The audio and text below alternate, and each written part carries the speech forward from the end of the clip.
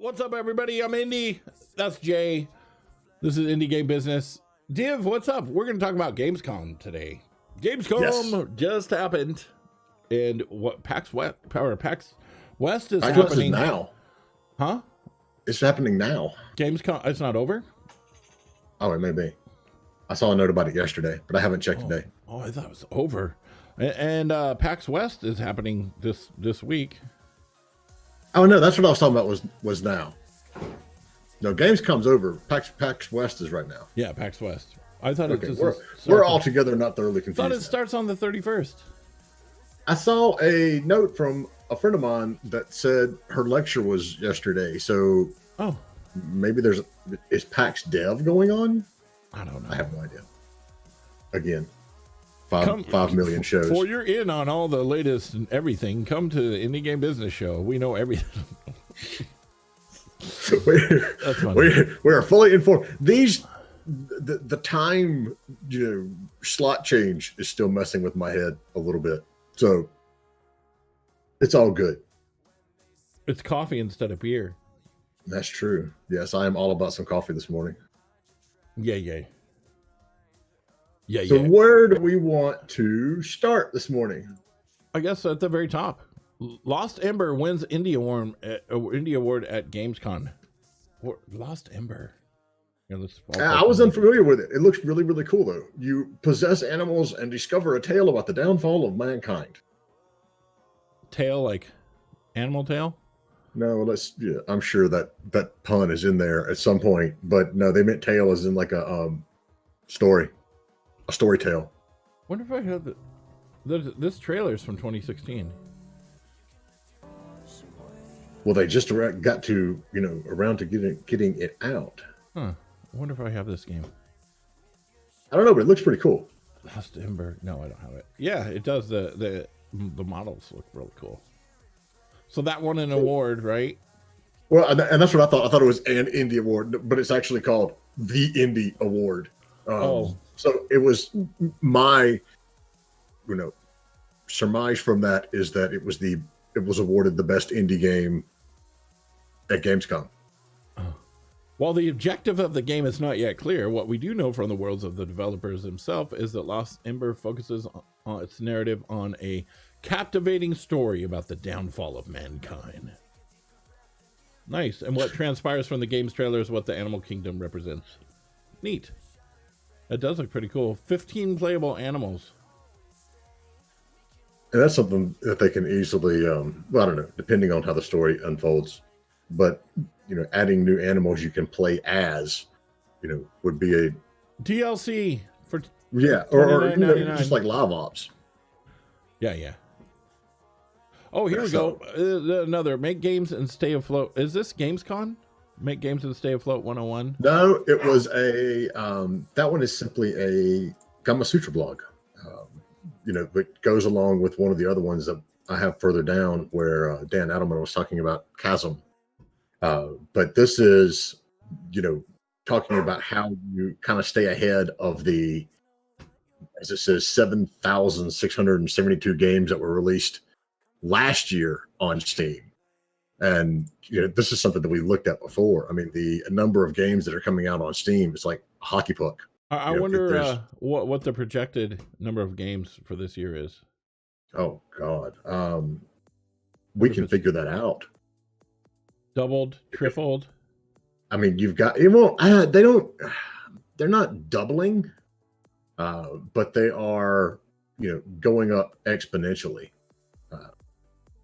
I can actually look that up and we can talk about it in a little bit because it's all on Steam Spy. I mean, you just have to go to Steam Spy and, look for number of games launched, in a given year and it's there. So, I mean, it's been rising sharply, but I don't think we're at the point where it's flat out doubling yet.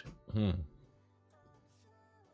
would hope we're not going to get, 14,000 games released this year on Steam. But that's a lot. That is a lot. And that's what they're going through in the article is, how to stay ahead of that and make your game I'm not going to say make your game stand out because you're never going to be, guaranteed of anything, but all you can do is put yourself in the best position to succeed. And from there on, it just becomes up to the fates and up to the fans. Or like have like a big Chinese live streamer play your game. Exactly. Right? Hey, Heine. Korean Heine. Was it a Korean or Gamescom? Been there, done that. Oh, it was a good one. Nice. So what was good? You have highlights? Heine's highlights.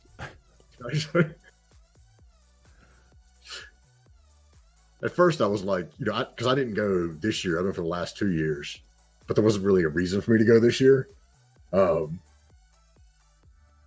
Let E show you the surprise. Probably me. That's what I'm thinking too. But as it was going on, I mean, it is the show. If you're sitting and looking at it and you're saying, okay, I can only go to one show all year long, what should it be? If you're in Europe, it's a very simple answer. You need to be at Gamescom. I would say, even if you're in the US, at this point, it's a toss-up between GDC and Gamescom, because GDC is going to have more opportunities for you to sit in and look at lectures, if you can afford the pass to get in to do that. But Gamescom is just, I mean, it is the best mixture and most well-managed mixture of business and consumer side that I've ever seen. And it's just really fun to go to. Oh, this one was hidden away in the business area of the Estonian Pavilion. It's a 4-month-old build. All right, let's play this video. Ready for a video? Ready for a video. You can watch it. I'll play it. Dude, you can be like super zoomed in. Oh, yeah, that's from...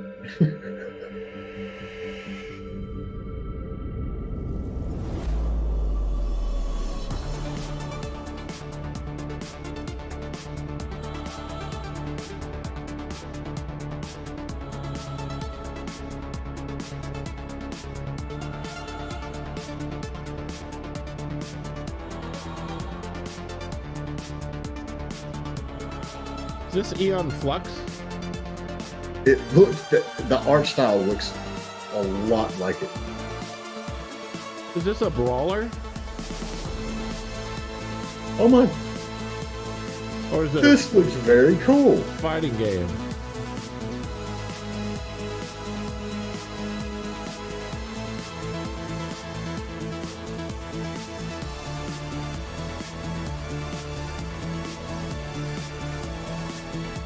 All right, so is it based on AM Flux though? I mean, the name would sound like it. And that's one of the cool things about Gamescom is in the business area, they have so many of these trade pavilions that are set up by, various countries. I'm Googling that. That you can go and you can see, just a really good batch of games, in one area. Arcade beat 'em up with Guyver. Oh, Guyver. You know what Guyver is? No, I do not. It's like an anime character, isn't that right? I don't even. He's like a Transformer type dude, sort of. A manga series that began in 1985 and inspired. Oh, dang it. Guyver. Yeah, there's a bunch of different manga series written and illustrated by Yoshiko Takayo. The Guyver itself is a symbiotic techno-organic device that enhances the capabilities of its host. Oh, yeah, I remember seeing that. You like put that on and then it makes you really it's some kind of organic tech robotic thing that enhances your thing, and it talks to you in the movie, if I remember correctly. It was pretty crazy. That's awesome. So I found the website for the developer. Organic Venom. Yeah, no, that's what. Yeah, I guess Well, sort of. and then my son watches the old Max Steel cartoons, and that's the other thing that it reminded me of.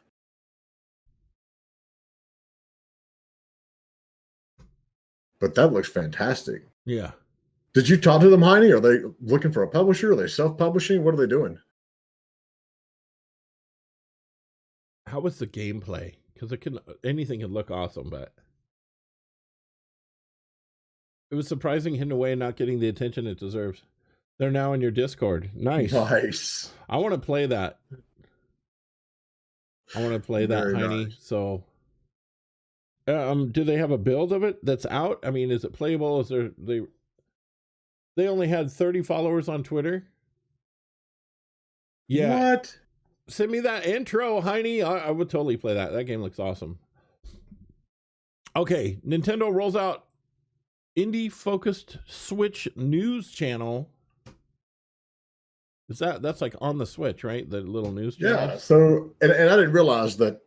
I don't watch the little video feed on the Switch enough. Anyway, apparently my son does because he tells me all the new stuff that is coming, and I'm looking at him like, how do you know this? But it's from watching the stuff on the Switch.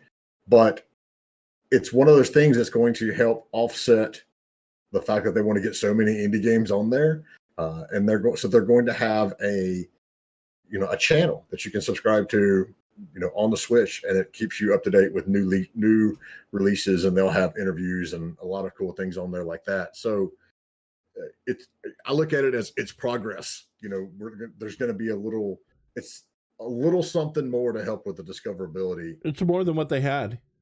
Yeah, exactly. And we'll see how awesome the channel is. I mean, anything, and the channels that I watch, the Nintendo channels that are on the Switch, and they're pretty cool.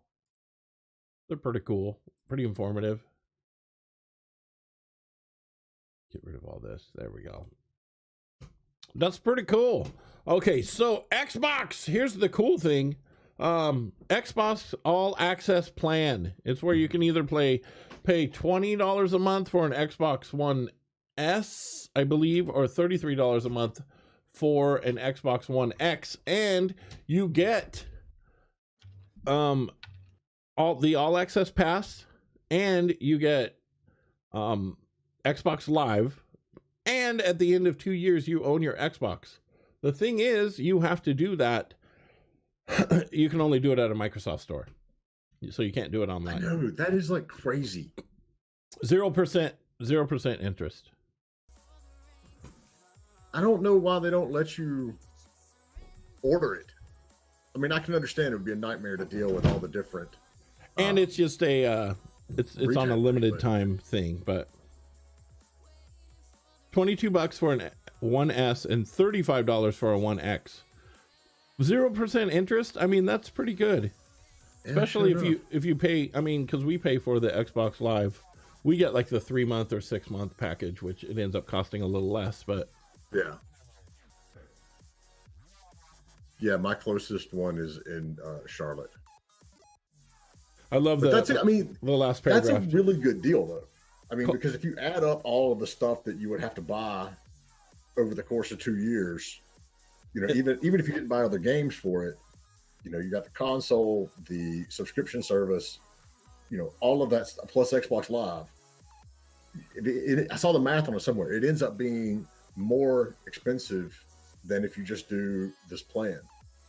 But God, that sucks that you have to find a Microsoft store. The All Access Pass is awesome. I mean, you have every Gears of War game on there.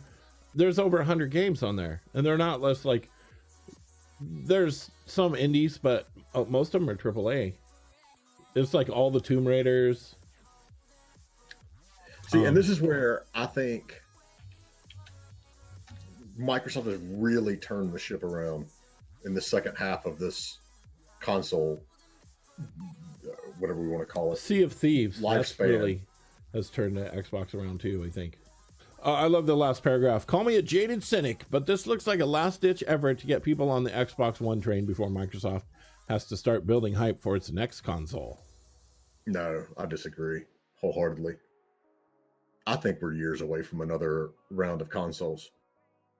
this is, they know they screwed up at the beginning, and it's one thing to be in second place when there's only two consoles out there, but when the Switch came out and it started to now it's falling behind the Switch, they have to do something to get it up. And one of the things that they have done well over the last year is their streaming, adding more and more and more games to the ones that are backwards compatible for the Xbox, and then expanding their all access plan to include all the stuff that's out there, but then all of their new and upcoming things.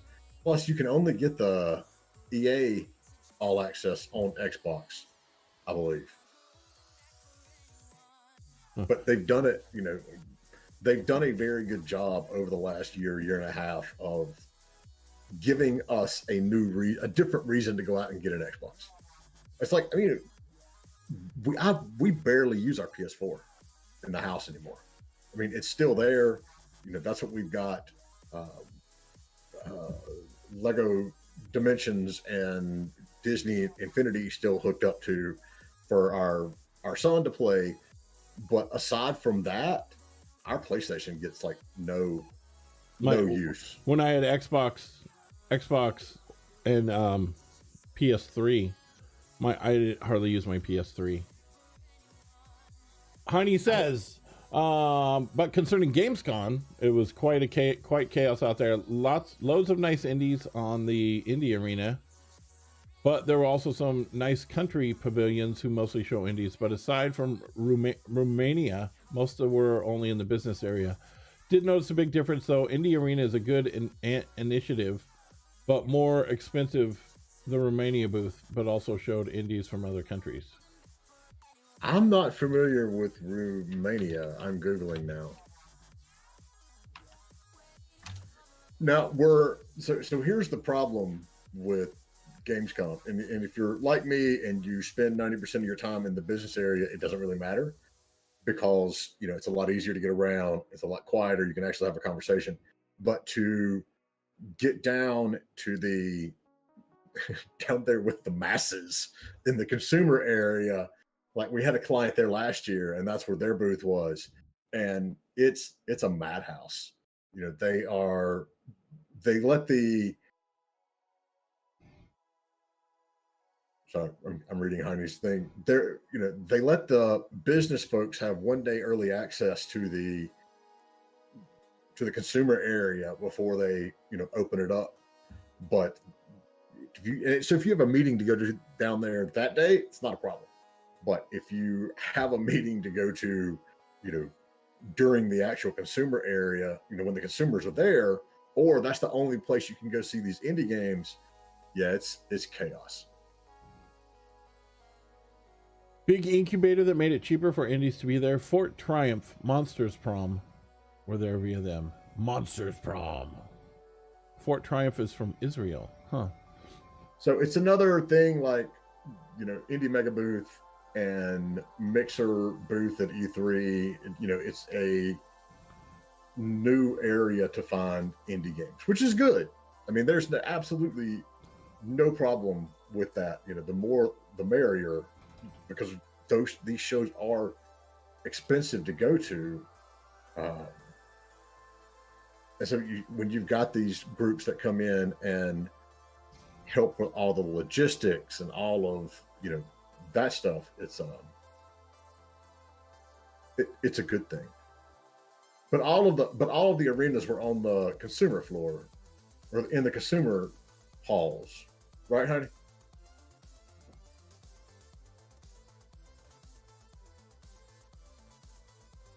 Oh, they had the commercial area open earlier in the mornings and then after 5. Yeah, but how many people stuck around the consumer area after 5? Because after 5, everybody really, it's like everybody was heading across the street to the hotel to start drinking, in the beer gardens, in the show last year. That was one of my favorite things about Gamescom. All the different beer. There aren't that many different beers because most of the breweries and most of the beer, they have the Kolsch beer that's in the region. So on one hand, it makes it really easy when you go out to eat. You just go, I need a Kolsch, and they'll, bring it to you, and you don't even have to think, and it's good. But the there's a beer garden like right in the middle of the business area, and I'm like, this is the kind of show I could really get support behind. So that's cool. Yeah. Yep. By 5 o'clock last year, we were usually headed out to go to, I forget the name of the hotel that's across the street, but we were headed out over there to have some beer and catch up with people. I ran into, by chance, 20 years later, my very first client that I had when I started in the industry, and they're still in business, and just literally sat down at the bar beside him, and then he kind of like looked at me, and I'm like, I didn't even recognize him at first. I was totally not expecting him to be there, or at least to run into him. But it was cool. We had a nice little catch up. And a lot of beer. And a lot of beer. And a lot of beer. All right, let's look at this one. Every new bundle deal for Xbox. Xbox bundles! I used to love those when I was younger. I would get like the limited edition, Gears of War stuff. And I noticed the older I get, I care less about that kind of stuff. But they got Forza Horizon, Xbox One X Shadow of the Tomb Raider bundle, Gold Rush bundle. I guess the last Xbox we got, it was a bundle thing. I don't remember what it was. Oh, and then Xbox One X Fallout 76 bundle with a 1 terabyte Xbox for $500. Forza makes sense. Shadow of the Tomb Raider, and this is Microsoft's problem with not having, enough exclusive titles. Shadow of the Tomb Raider, you can get on PS4. Battlefield 5, you can get everywhere. Fallout 76, again, you can get that other places. Personally, I like playing the Bethesda games on PC because it's a lot easier to do mods and the wonderful player patches that actually fix all the issues that the game. But no, it doesn't even have cool skins, dude. That's what you can get third-party skins. I know, but if you're doing a bundle, why not have a Forza controller or a Fallout sticker on the Xbox? Yeah, it can be anything. It can be even that simple. Something because that's what they used to do. They would have like the Halo console, and it would be a skin on the whole console. Something different, but just underwhelming, really. I mean, they have. What I want to know is, what is the big difference between an Xbox One S and an Xbox One X? The processor, $200, I believe. $200. That's the difference. Well, no, but it's got different guts. Different gutty works. Mm-hmm. That's why, I say that we're in like the second half of this console generation, because both the PS4. Oh, S equals not 4K. Okay. Yeah. I mean, we've had higher or more powerful versions of both consoles come out now. So, and honestly, it wouldn't shock me to see us, that's what happens from here on out. It's not necessarily all new consoles from Sony and I love you, babe. Microsoft. I love you too, Indy. They're just kind of like iterating on the hardware inside. So Xbox One X is even better than PS4 Pro in hardware. Wow. Mm-hmm. That's what I'm saying. It's like, Microsoft dropped the ball, hard at launch on this generation. But, to their credit, they have busted their ass trying to catch up. It's just a matter of, are they going to at any point in time? Well, I was really PlayStation has Bloodborne. Red Dead. Red Dead Redemption 2. Yeah. All right, wait a minute. So, 6 hottest games from Gamescom. I don't think these are indie games, but Well, I know they're not indie games, but this is where the 6 hottest games, and this is from the GameSpot perspective. So we'll see how fair and unbiased this is. Cyberpunk got that 45-minute video that everybody saw. Did you watch any of that? That game is not anywhere near. No. I didn't watch any of it either. Devil May Cry. I'm just not a huge fan of Devil May Cry games. It's like, why are we hyping and giving all, best game of Gamescom? It wasn't playable. It's not going to be playable at next Gamescom. I remember when Dragon Age came out, Dragon Age whatever, we went and saw that at, where were we, PAX? E3? I don't know. It was unplayable. It will be playable soon. And oh, it looked amazing. Oh, this game looked so awesome. And then I played it. I'm like, meh. This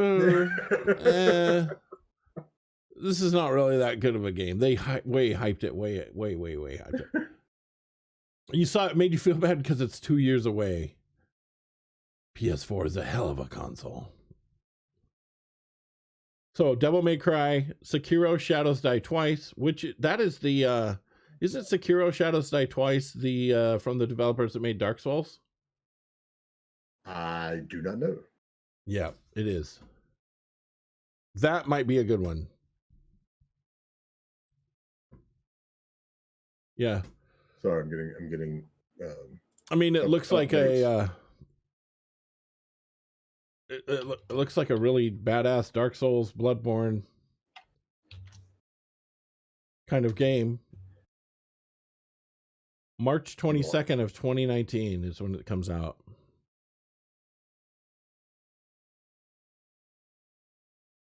That looks pretty awesome. Wait, I went to the wrong link. Here, I'm just going to post a... The only game we want from Xbox is Forza. And why doesn't the Forza bundle come with a steering wheel? Exactly. That to me, It's going to be on Xbox One, PS4, and PC. Wait, Forza or Sekiro Shadows Die Twice. Okay. I'm still stuck on that thing. They're going to do what? I'm still stuck on that. Yeah. Monster Cat. There we go. Feels like more like a Windows Millennium where Windows XP was the real deal from Windows 98.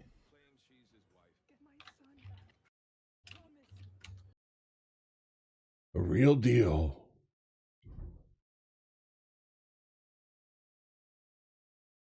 Yeah, and PS4's got Spider-Man coming out too. Another one that I was kind of disappointed that was only on. It's like I keep trying to come up with reasons to buy an Xbox, and then they keep getting shot down. Like, I'm gonna get it for Red Dead. Well, it's got a Sony exclusive for however many months. Mm-hmm. All right, I'll get it for Spider-Man. No, that's not even coming to Xbox. Wonderful. Mm-hmm. All right. The next thing we have is Gamescom Biggest News. We know what Heine thinks the biggest news was. But let's go ahead and go for a Switch. He's got a Switch. The biggest news from the world's biggest gaming show. Super Smash Bros. Ultimate Chrome and Dark Samus gameplay. I mean, if you're into Super Smash Bros. Did they overflow you again with the video on gameplay, Heine? Jump Force 6 gets 6 new playable characters. Lego teases an Overwatch set. Yes. I don't think that's game related. I think that's just Legos, but I am totally getting that. Saints Row the Third. It's coming to Nintendo Switch. Battlefield 5. PlayerUnknown's Battlegrounds 1.0 will launch on Xbox One on September 4th. You know what? There have been just recently new Battle Royale games coming out that are just like, this is better than da-da-da-da-da, or better than Fortnite. Somebody had a random one. What did I saw it on the news yesterday. It was like some game that you wouldn't even remotely expect to have a Battle Royale mode is going to have a Battle Royale mode. Um, I'll have to look and find what it was, but it was something that was just completely random. You can curse people with cannonballs in Sea of Thieves, Forsaken Shores. Did you ever play Sea of Thieves? No, because I don't have an Xbox. It's such a fun game. So did it? I mean, I remember when it first came out, there was, frankly, a lot of disappointment on it. So have they addressed the content, and is it better overall now? I mean, I don't know. I always liked it. People say, oh, it's too grindy. Like, yeah, after you play for like 200 hours, you are kind of doing the same thing. But I had fun. I mean, and I probably played for 100 hours or so. I'll neither confirm nor deny that I'm still playing Star Traders Frontiers.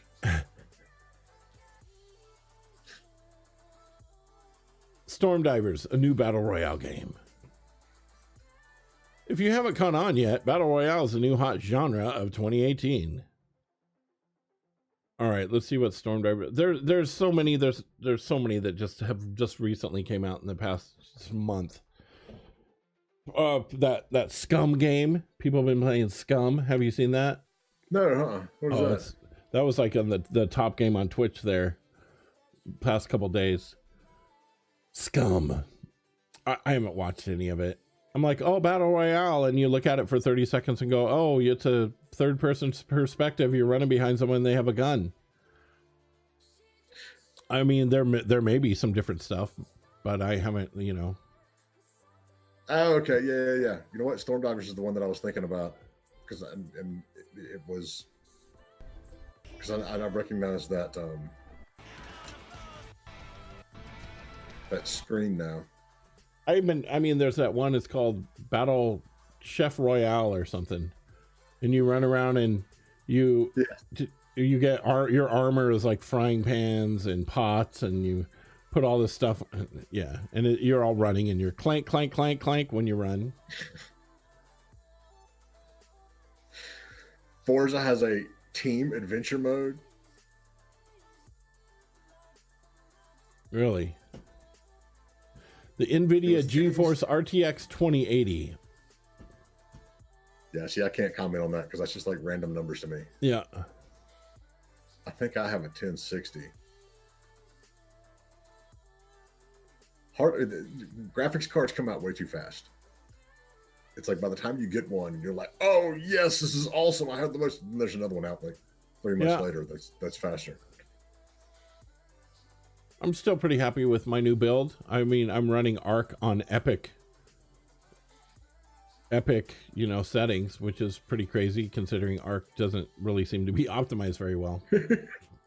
All right. So did you, back in the day of the Dreamcast, did you get all hooked on Shenmue? You know what I really liked on the Dreamcast was the MMA fighter game. I didn't play that one. I know not a lot of people did, but it was a really good game. It was fun. So, I loved my Dreamcast. Deep Silver has got the rights. I don't know if they're doing this, themselves. There was a Kickstarter like way back in the day, but they have given a street date for Shenmue 3. Yeah, I don't even know if I played Shenmue. I didn't, but it was one of the first successful, what we would call now open world games that was out there. And you could just do all this like random stuff. As you went through your day or your life or whatever. I never played it. But I mean, it's still, you still see people doing Shenmue streams on Twitch and things like that. Mm-hmm. But yeah, they're going to have the third one out in, I guess, mid next year. Huh. Which is going to be, that's going to be huge. And it's impressive that, Deep Silver is the one that's going to be publishing. It's not, I mean, it is a very Deep Silver type game. But I think Shenmue is so tied to that Sega brand, that it's just surprising to see someone else, take over. I wonder, is that going to be on PlayStation only, or? Oh, that is a good question. Let's see. It doesn't say. If Deep Silver's doing it, it's going to be on PC. My guess is that it would be PC, Xbox, and PlayStation. Div says the only battle royale I'm interested in is Tarkov. At least that game tried something new. I haven't even watched any gameplay of Tarkov. When I always hear it's a battle royale game, I'm like, oh, okay, and then I just don't pay attention anymore. Is that the one where if you die, you like really lose all your gear? Your gear carries over from game to game, but if you get killed, it's gone. Somebody loots it. I would never have any gear. Oh, no, really? Yeah. So that did look interesting, and I took a good hard look at it, but then I was like, that's a pretty steep mechanic, which, to think about it, it's what happens every time you play a battle royale game anyway, because you jump out of the airplane and you're, you have no gear. You have to find your gear. But there's just something about the thought of, oh crap, I'm going to die and lose all my gear, that, it makes it more interesting. So is it out yet? I know I've seen the news on it, but I don't know if it's actually, it's got to be out. Have you played it, Div? The beta's playable.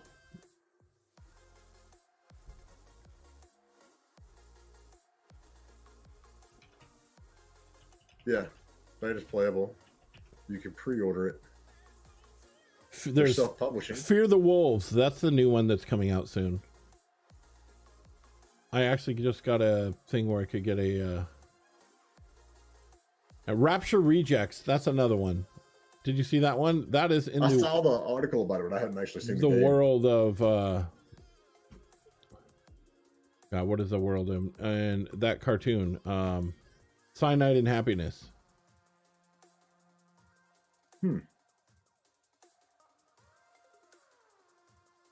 Guns Out never totally did good. Island of Nine, that's supposed to be out this year. I heard about that, but I hadn't heard anything about it recently. The link. Wait, which link, Scary? The link above is busted. Oh, you are so right.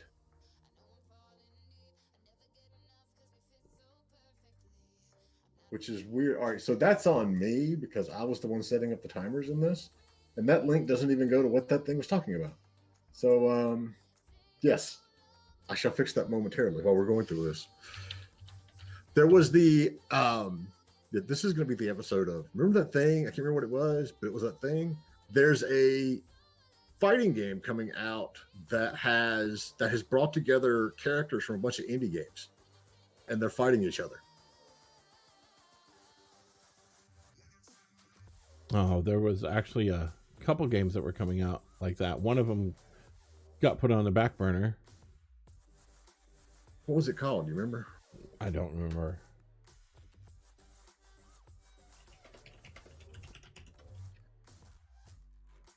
All right, see playlists. Indie Game Battle? Possibly. That came out October 29th, 2015.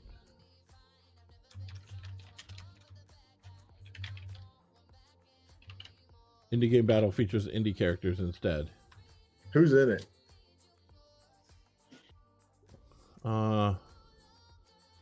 There's not like a list that I can.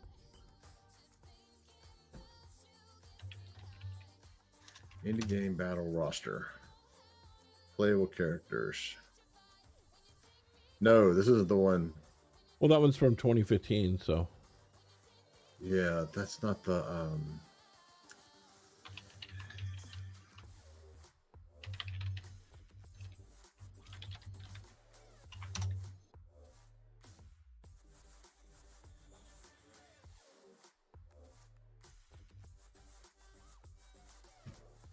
Huh.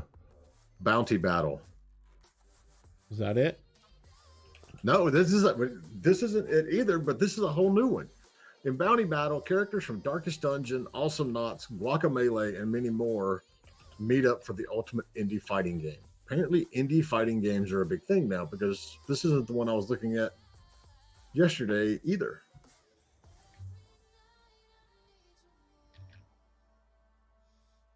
This one had a pre-order on Fig that ended a year ago, and it still has it listed for, here it is. I knew I wasn't crazy about this anyway. Curly versus Gunvolt, Shovel Knight versus Isaac from Studio Sizenson. I'm sure I just slaughtered that name. All-star indie fighting game Blade Strangers. Blade Strangers. Super excited. Oh, for Red Dead. Oh, super excited. Super excited. Drawn with lead, it will be on PC. Blade Strangers now available for PlayStation 4 and Nintendo Switch. Take Two makes too much money off PC games for them not to release it. I mean, you look at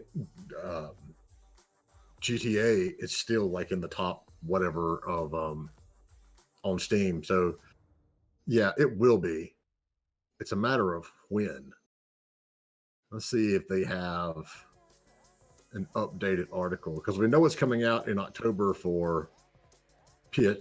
Oh wait, they apparently. All right, so it was originally stated that there would be a PS4 timed exclusive, but now apparently there's not, because it's coming out October 26th on PS4 and Xbox One. Huh.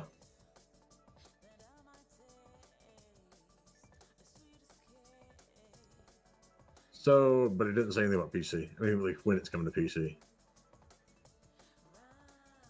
At least I don't see it here.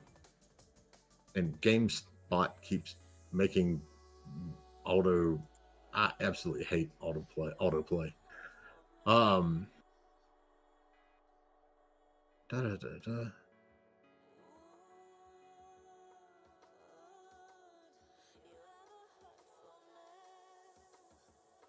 So apparently at one point they did announce it was going to be coming to PC, but then they redacted that announcement. It will eventually make it to PC. That much I can definitely guarantee.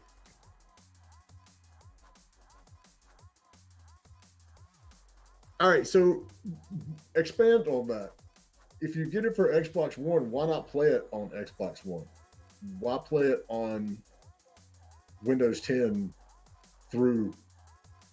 Why play it on Windows through the Xbox? Good point.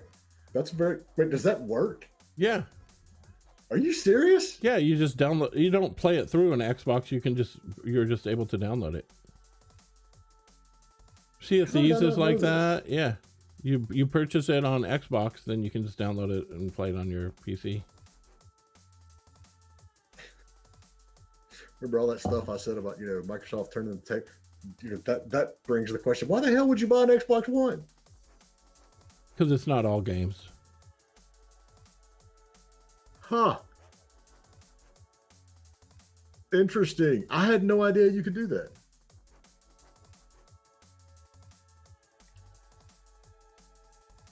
I'm going to see if... I was hoping we could get the Studio Seizen folks on the show to talk about how they went and licensed all of this information, but they're Japanese, so the time change would be ridiculous to try to get that on. Because I think it's awesome how there are companies doing that, and it's basically indies helping indies, because it's good for all of these other games to get their characters noticed.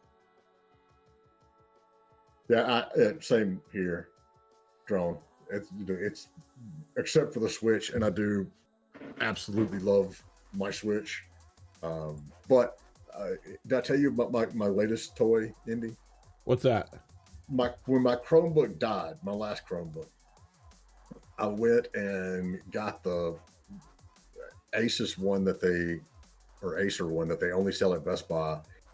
It's got a 15-inch screen and it folds flat, so it's full touchscreen, but it's basically like a 15-inch touchscreen tablet, and absolutely hooked on that thing. I can't get it to work right with Steam Link, and I know it's something insanely simple and stupid that I don't have turned on the Chromebook, because I can make our games on the work on my ancient little Android tablet, but I can't get Steam Link to work on that Chromebook yet. So when that happens, it's going to be nuts. But yeah, at night I'm sitting on the couch with this big touchscreen playing Star Traders. That's funny. And it runs pretty good? Well, it runs great. I mean, but I'm a big fan of Chromebooks, especially for business and for traveling.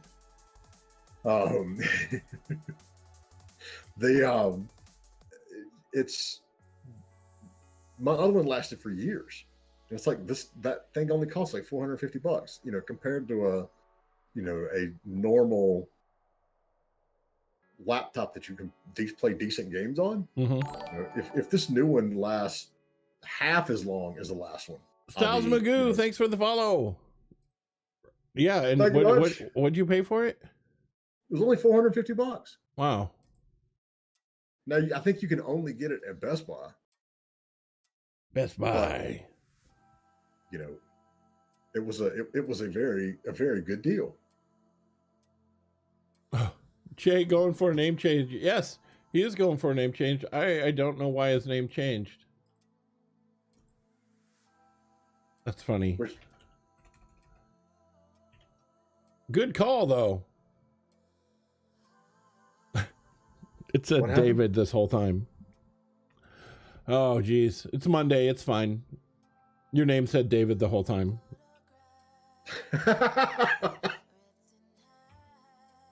Jeez. It's Wednesday. It's not Monday. Oh, it feels like Monday. All right, so wait, it's Monday? It's totally Monday, you guys. All right, so if you haven't been to Gamescom, I'm going to drop you guys Wednesday Blues, man. Oh, man. There we go. Gamescom exhibitor list. There was a lot of them this year. Look how many pages there were. All right, and so here's your biz dev tip for the day. Unlike a lot of conferences, that link is open to everybody. You don't have to have a pass or a ticket or anything to see who's at exhibitor search. So if you're a developer and you're looking for a publisher, for example, go to that link, search for, I think we actually did show filters, and then we did development, entertainment, games, and maybe one other, and it lists all the companies. And it doesn't just list the companies. When you click on one of them, it actually takes you to a bigger page that's got their phone numbers, and some of them will have contact information for people at the company that were going to be there. Obviously they're not there now, but that site is a fantastic source of new leads and new companies that you may not have heard of, you may not know about.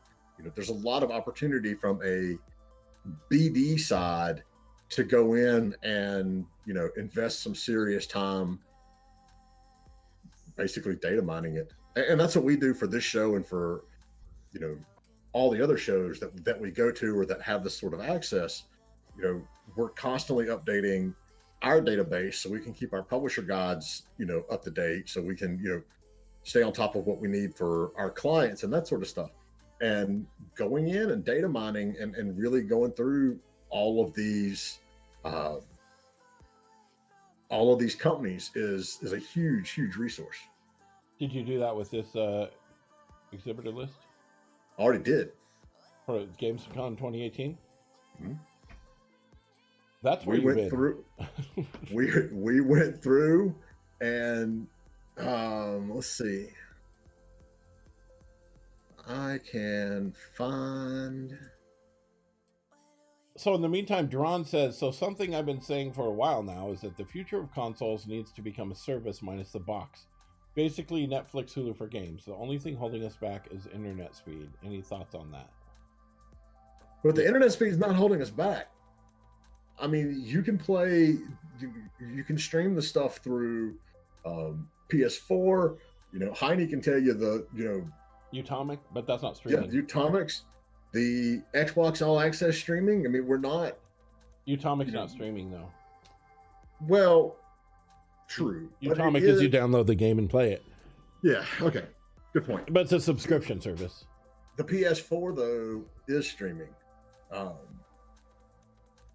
it's the text there.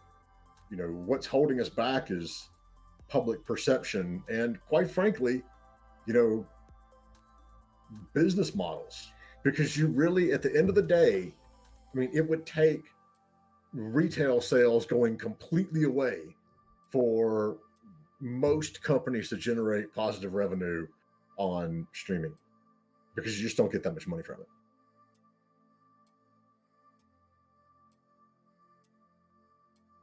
When we can when we have the days where we can just walk up to our TV and go, bam, I want to order a pizza, press this button on the, press the TV. Oh, let's play, you know what? Let's play this game right now. And then pull out your controller. Then when that future happens, and I think that that kind of stuff will be just more acceptable. That'll be more our culture. We probably won't have consoles. You know, like when you can look at your bathroom mirror and you're like shaving or whatever, and you're like click touching on your mirror because you're watching the news. When we get to that point in technology, which is pretty close, you know. Well, you can already do it with your TV.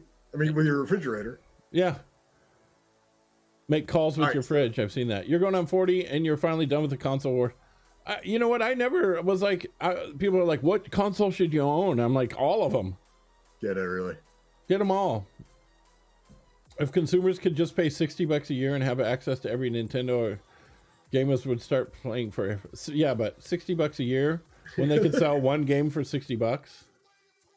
$60 a year, and that's pretty much, you're only going to have access to one game because that's all people can actually do. So I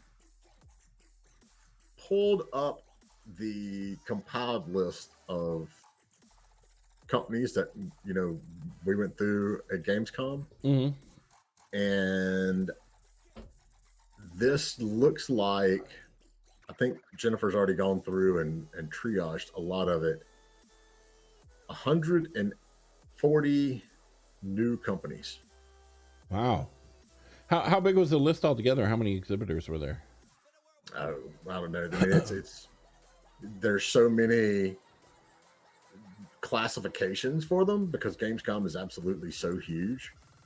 Let's see. If we go to show filters development.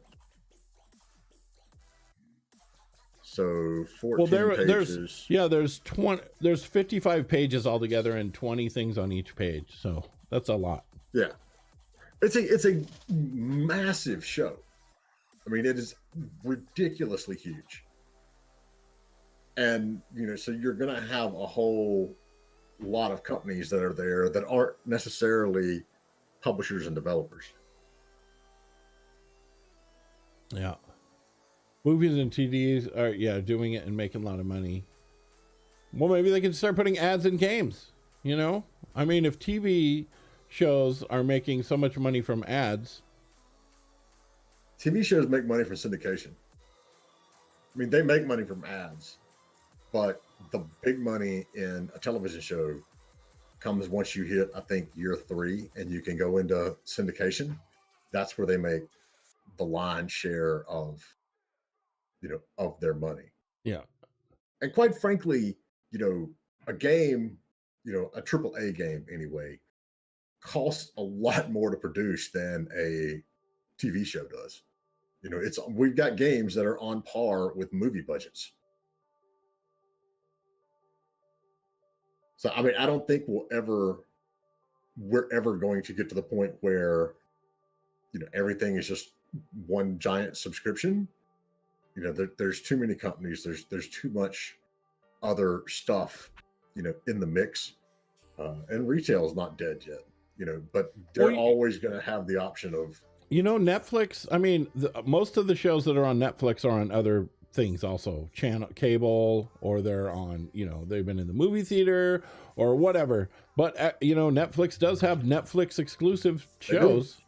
So I mean, there's got to be some kind of business model that would work for that, because I think that would be awesome. I mean, you pay $15 a month and you get access to all these different games that you just can stream.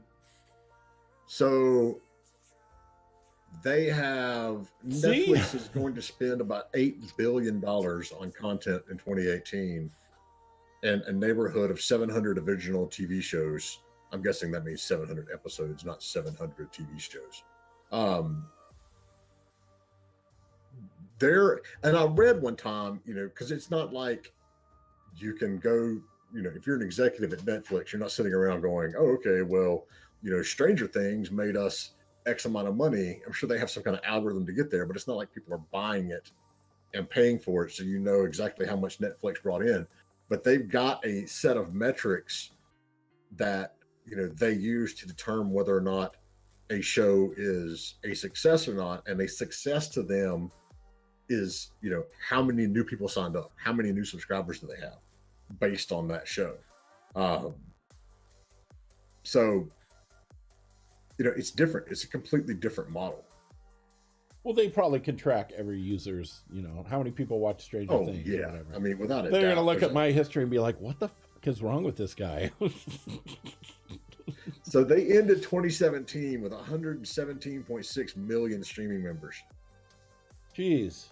That is being huge. But it's a different medium. You don't get, hundreds of hours of gameplay or we'll say screen time or whatever after, just for one person watching a show. These linear media is a whole different beast than, interactive media. And it's very hard to, compare the two because it's not apples to apples. At least they're both fruits. They are both fruits.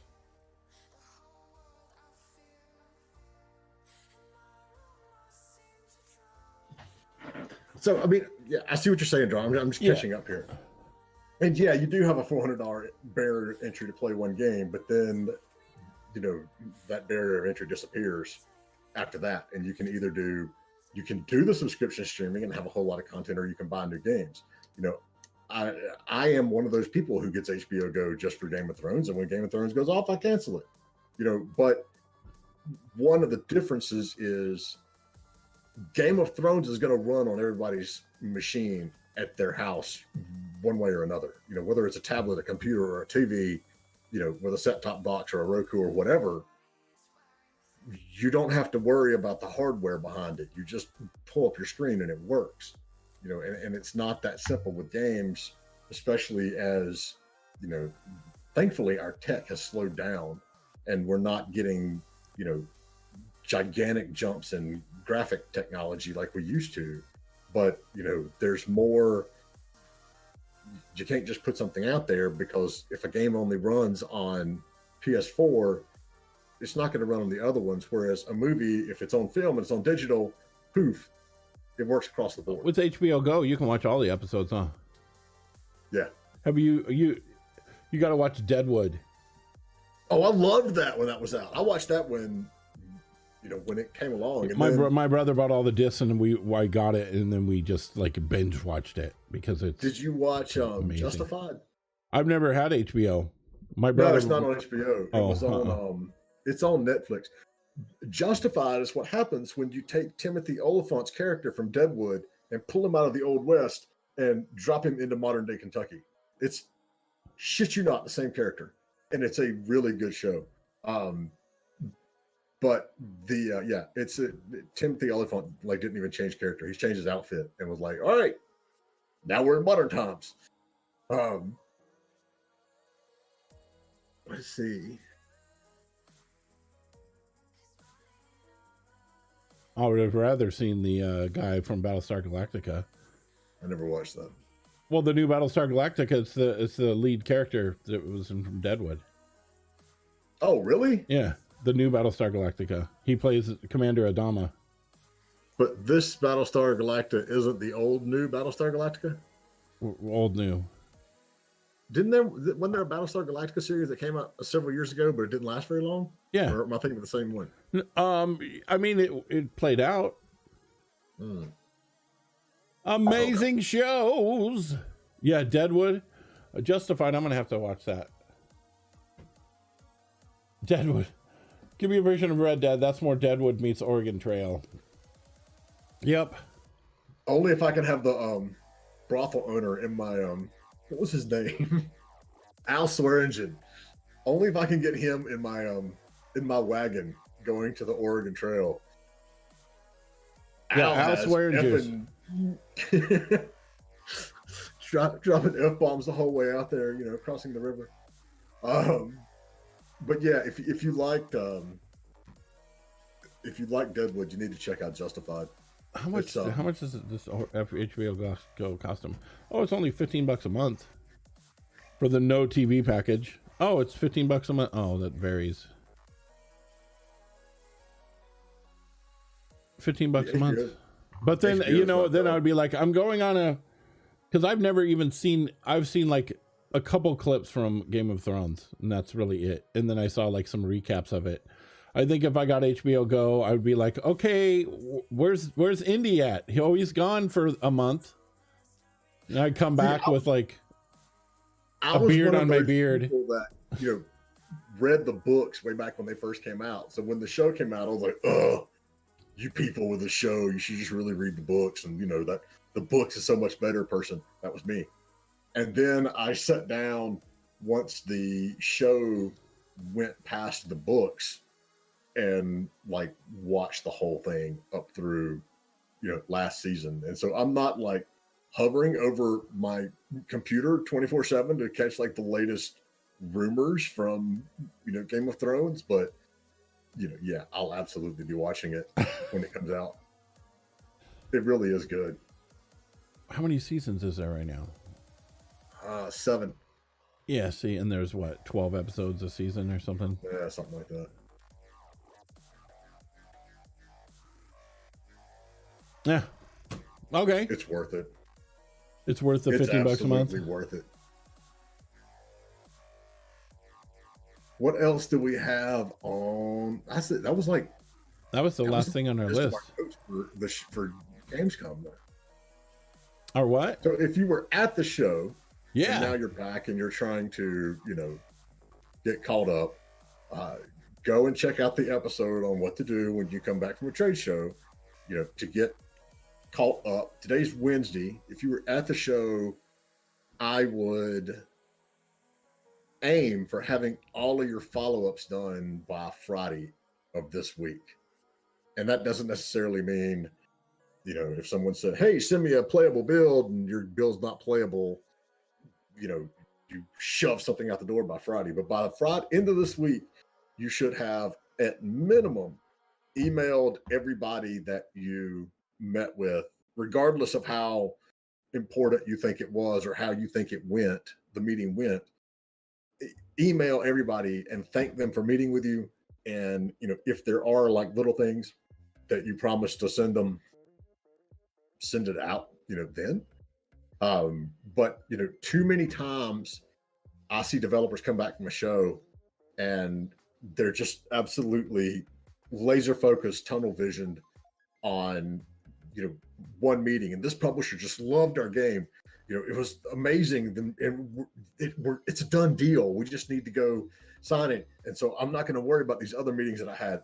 No, here's the reality of a conference. Every publisher you meet with is going to tell you your game is fantastic and they want to see more of it, because they don't want to miss out. If even if they thought the game was a little bit lacking, they want to make sure they don't miss out. They're not going to tell you, at least most of them won't, to your face that it's not for us.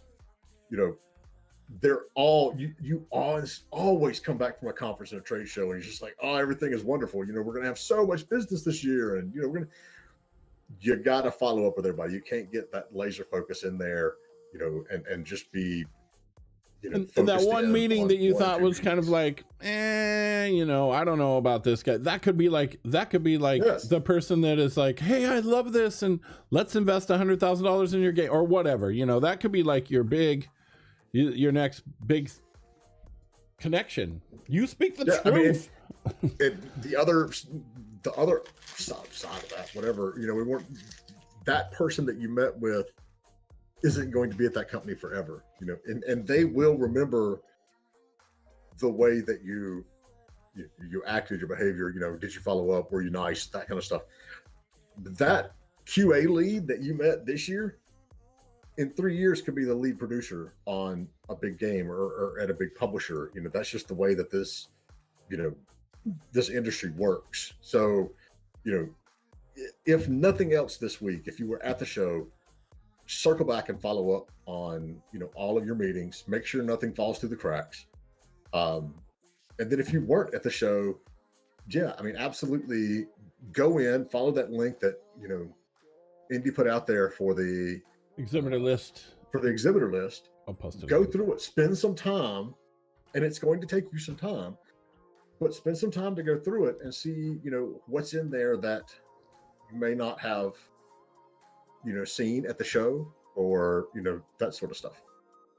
I'm sure, Heine was doing what I usually do at these shows and going to all of the country trade booths and getting the list of all the games and all the companies that were there.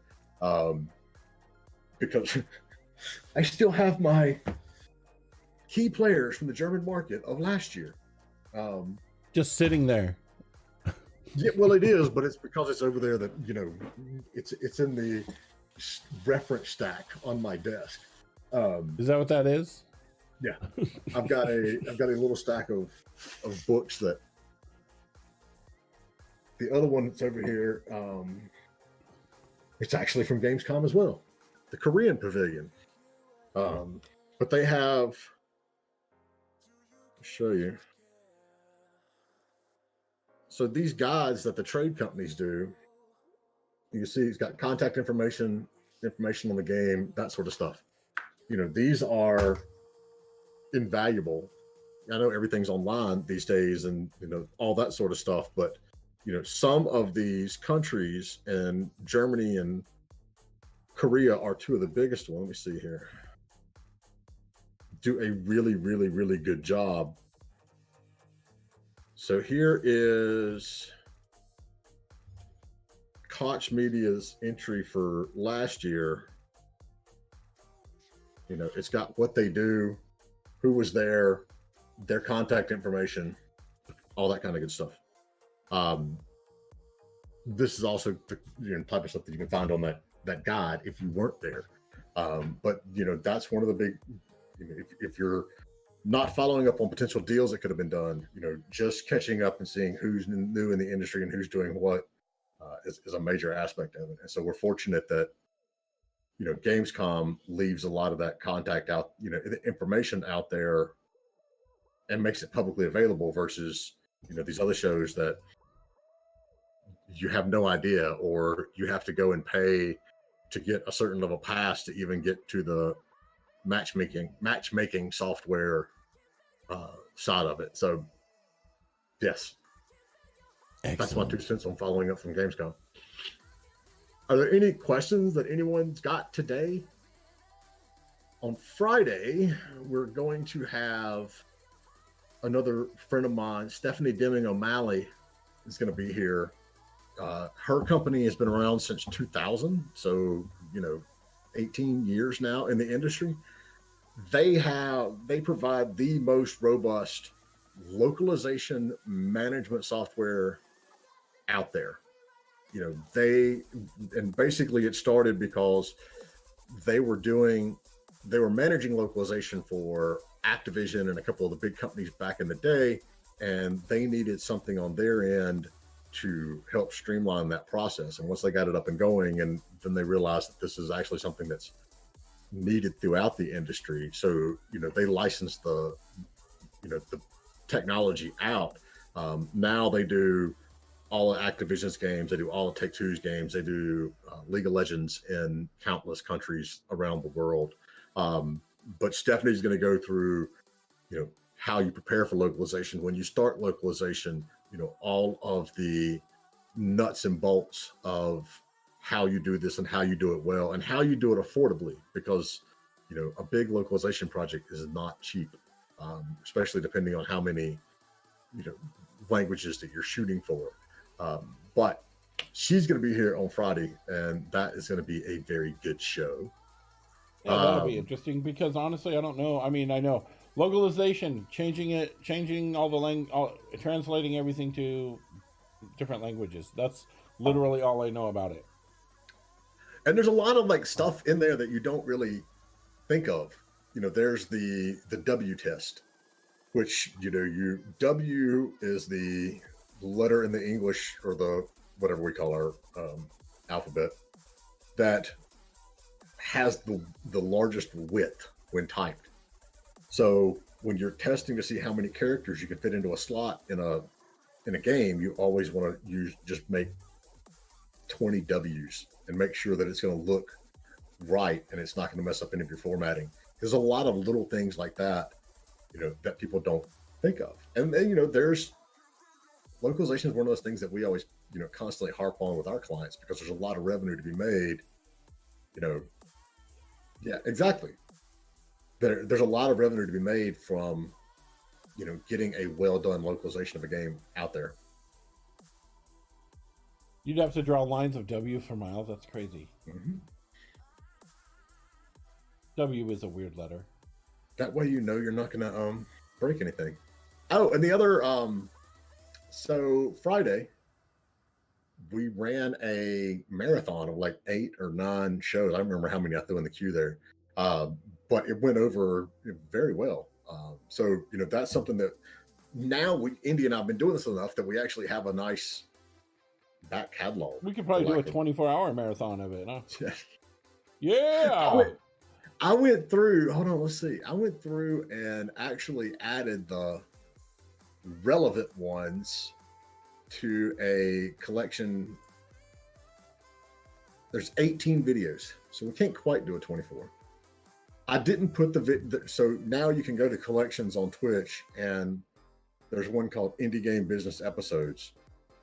So I didn't put things like, some of the E3 shows that we've done. I kept it to ones that are on a particular subject, or we're talking to a particular developer, that type of thing. But they're all in one nice little collection. And now, we got 18 of them now. That can be 24 hours, because a lot of them run, most of them run longer than an hour. Yeah. So, we could absolutely do a 24-hour. So Monday Mentor Marathon. Yeah. So, that's what we're going to start doing on Mondays.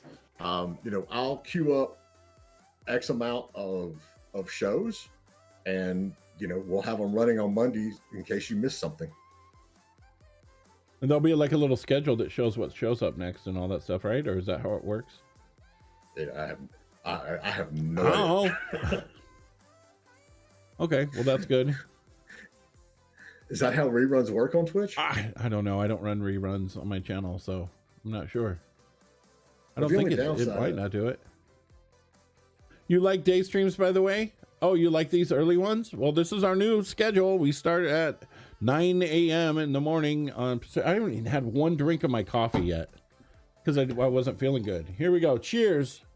Are you feeling better? I'll give you a cheers on that one. I am actually feeling better. Yep. I'm feeling a lot better. Hey, nice cup.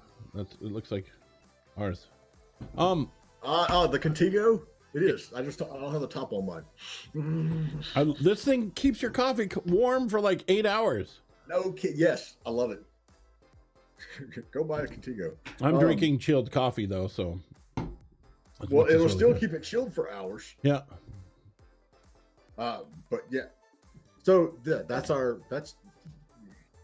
we're going to be doing. And you can always go to, the old videos and, queue up several of them yourself. But now, you can actually go to that collection, and I guess it runs just like a YouTube playlist.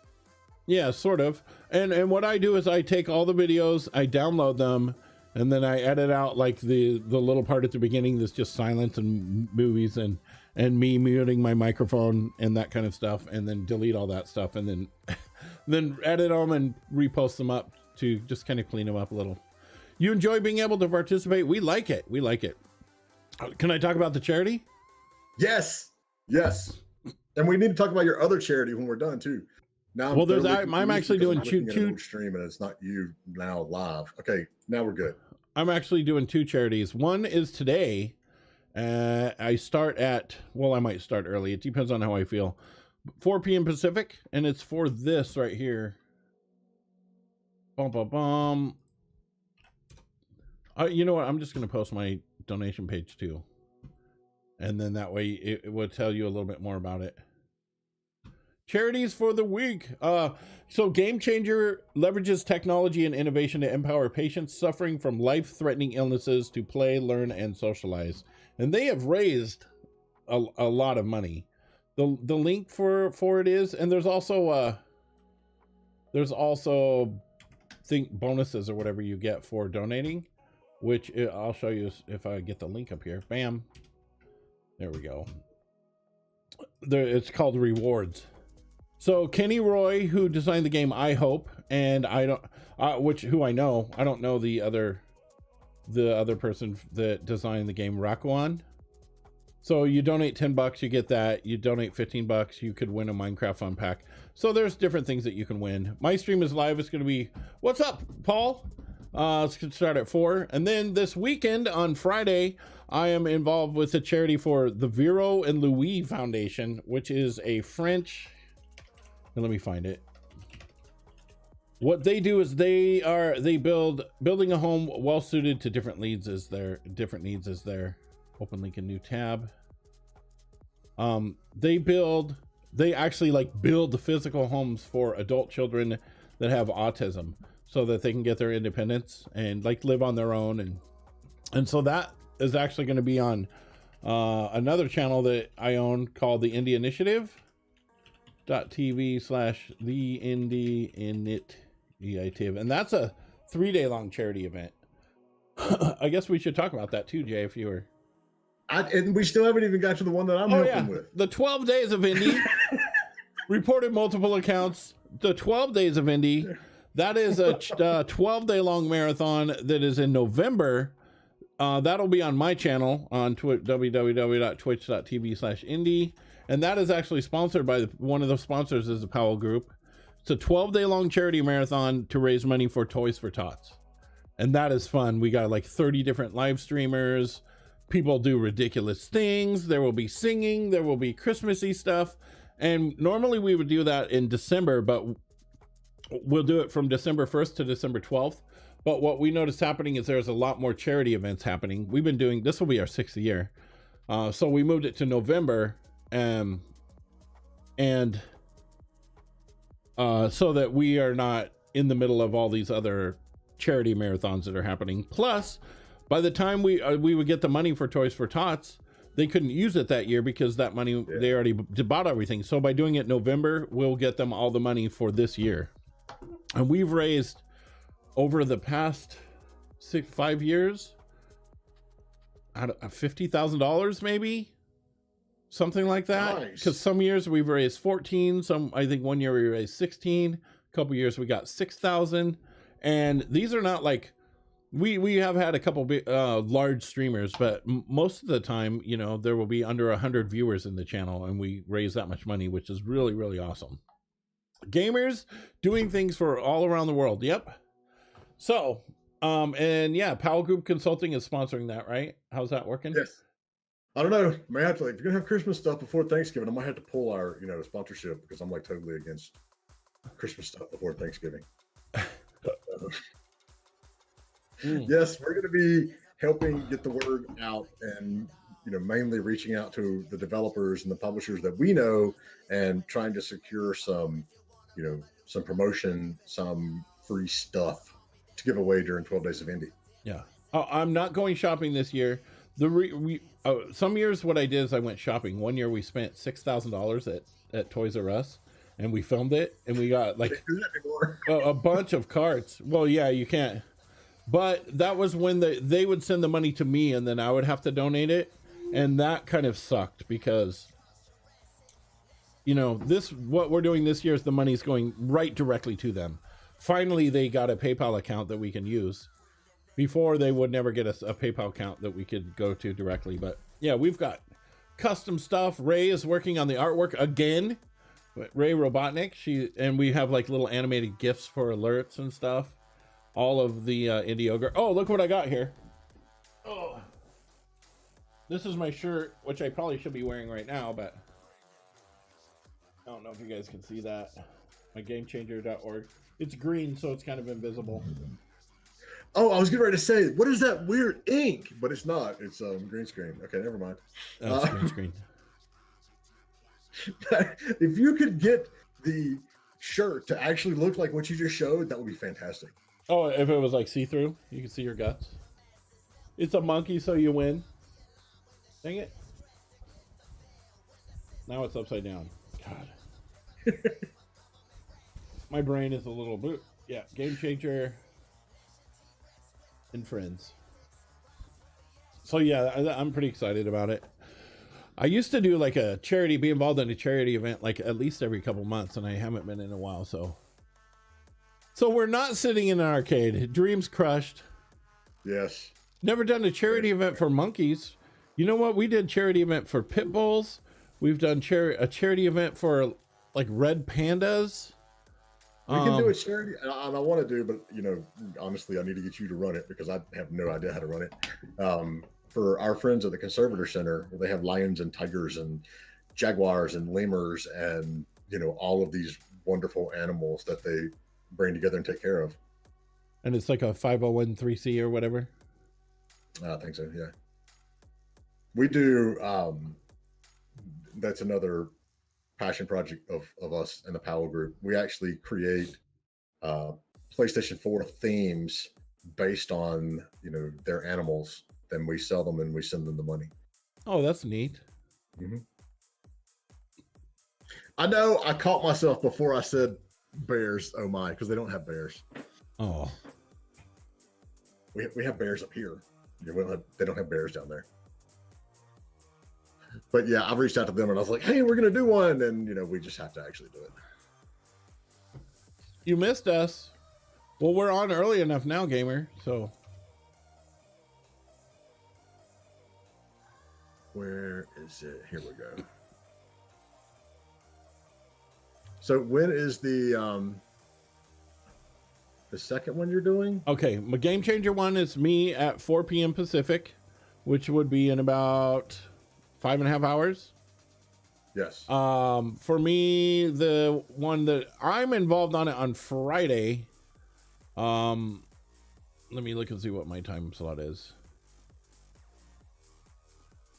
I think my time slot is from 3 to 5 p.m.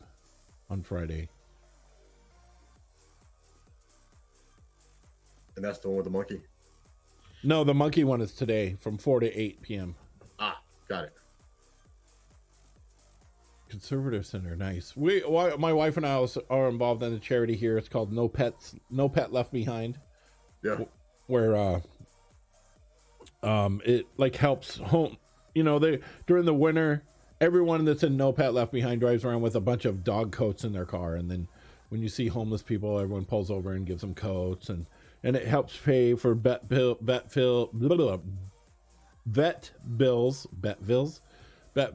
collars, food, that kind of stuff. Gamers for Good. All that fun stuff. Yeah, that's awesome. There's so many of these good charities now. I know. I think I might go to I went to school for 3D animation, right? And the school I went to is called Animation Mentor, and all the teachers were from like Blue Sky Studio, which you know is Ice Age, and from Pixar, and you know all these big studios. Kenny Roy actually was the developer of I Hope, which is one of the games sponsored in this. He was a teacher there, but this November, I think it's in November, I might fly to the East Coast to hang out at Pete Paquette's house, he's an animator. He worked on all the Ice Ages. He worked on League of Legends. He's working for Blizzard right now. Yeah, I graduated there. I actually taught the beginning courses there for a while. So I might fly and go. He has like a 24-hour stream he always does for Child's Play, and I got invited to go there. Where are you coming on my coast? And hang out. It's in Boston. Well, that's way up my coast. Yeah. And so I got invited to go hang out there for 24 hours. I'm like, I don't know if you guys want me there, man. I'm like, I will go up there. 24 hours, if you make me pancakes in the morning, then I will come and stay there. Because he's like, no, you can stay at our house. And I'm like, I'll get a hotel. No, you can stay with us. Only if you make me. I want Pete's pancakes in the morning. They'll have to hide the food and the booze. Yep. That's funny. So I haven't decided 100% to go there, but we may. Gamers for Good, yes. But there are so many charities. We started doing Toys for Tots before anybody else on Twitch was doing Toys for Tots. Now there's quite a few people that do Toys for Tots, but have you ever had someone from Toys or Tots come and talk about it? Not live. I think I had her on the phone once or something. Okay. Yeah. I'm not going to promise anything, but I may be able to swing that. Yeah, I mean, we have like our local rep here that. Aha. Yeah. I got her on speed dial. No, I mean, I could just call her up. Awesome. All right. I have got to go get ready to pick up, school. The little one. Okay. And I am feeling much better. I think I'm going to jump in the shower and. Nice. Excellent. Glad we could cheer you up this morning, and you're not going to, yak live on the stream. Oh, Game On did it a few years before me. Don't jump in the shower. That's what I do. I just stand in the shower and jump. All right. Thank you guys. We'll see you Friday, 9 a.m. Thanks, everybody. Peace.